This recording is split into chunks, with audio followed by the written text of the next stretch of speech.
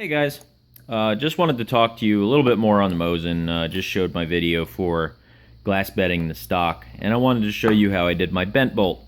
There are a number of ways people do it. You can buy the ATI. You have to drill and tap a hole, and it's a bent bolt. It's 90 degree, perfect 90 degrees. It's just it looks okay. It's, in my opinion, it's a little cheap and probably will fail at some point. That's just my opinion, just by looks. But I wanted to show you how I did mine. This, of course, is a Mosin nagant bolt. And I cut off the original bolt flush with the bolt. The bolt handle, I cut it off flush. I ground this all smooth and made it look all nice. Then what I did is I drilled and tapped this hole. This, if memory serves correctly, is a 5/16. It could be a 3/8 inch bolt. Stainless steel, by the way. I heated it, put it in a vise, bent it over, and what I ended up with was a pretty tight bend. What I ended up doing was bending it out too far, and then I ended up having to use a die to finish off the threads as close as I could to the end.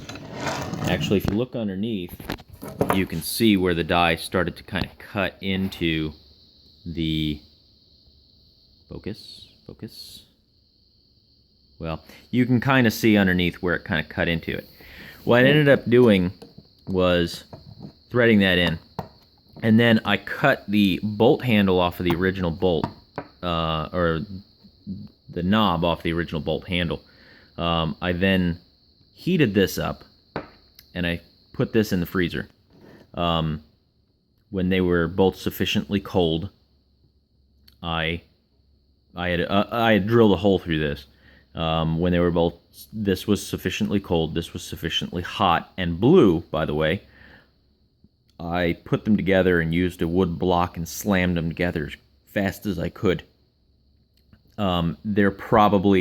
This handle is probably about that far into this knob. They're not coming apart. And what I ended up with is a really cool blued knob and a stainless steel bolt. Now this does have to be kept oiled slightly, otherwise it will rust. It's probably not the best idea to blue something in that fashion. You're not going to end up with great results every time, but it worked for me. What I did have to do is make a little set screw so this doesn't turn.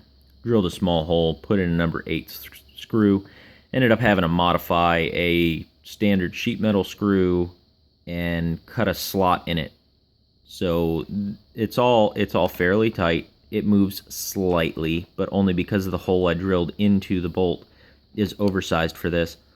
So it results in maybe a 1/16 of an inch of movement. It's not much. It's enough for me, and it looks good. This will definitely clear a scope. Now, originally, I was going to do all this with the anticipation of putting a scope on my gun, but I also like the look of this over the straight handle. Well, I've changed my plans. I was going to do a scout scope. I've changed my plans and have since went back to irons. I have cut my barrel down, and I'll show you what I did there in another video. This one will be iron sights only. Eventually, I may do an over-the-receiver custom mount. In my opinion, the brass stacker and other ones are great, but they are expensive. And I try and do everything on the cheap. Not that I'm a cheapskate, but why spend money, especially if it's expensive, on something that you can do yourself? So I will eventually make a scope mount, but for now, I'm going to use my modified stock sights on my cut-down barrel. In another video, I'll show you how I did I reused the original globe, but I made my own ramp for the front sight. Lots of measuring and careful calculations there, but it turned out pretty well. And I modified the rear sight to make it a peep sight, and I'll show you that in another video. Hope you guys enjoyed. Any comments, questions, leave it down below. Thanks.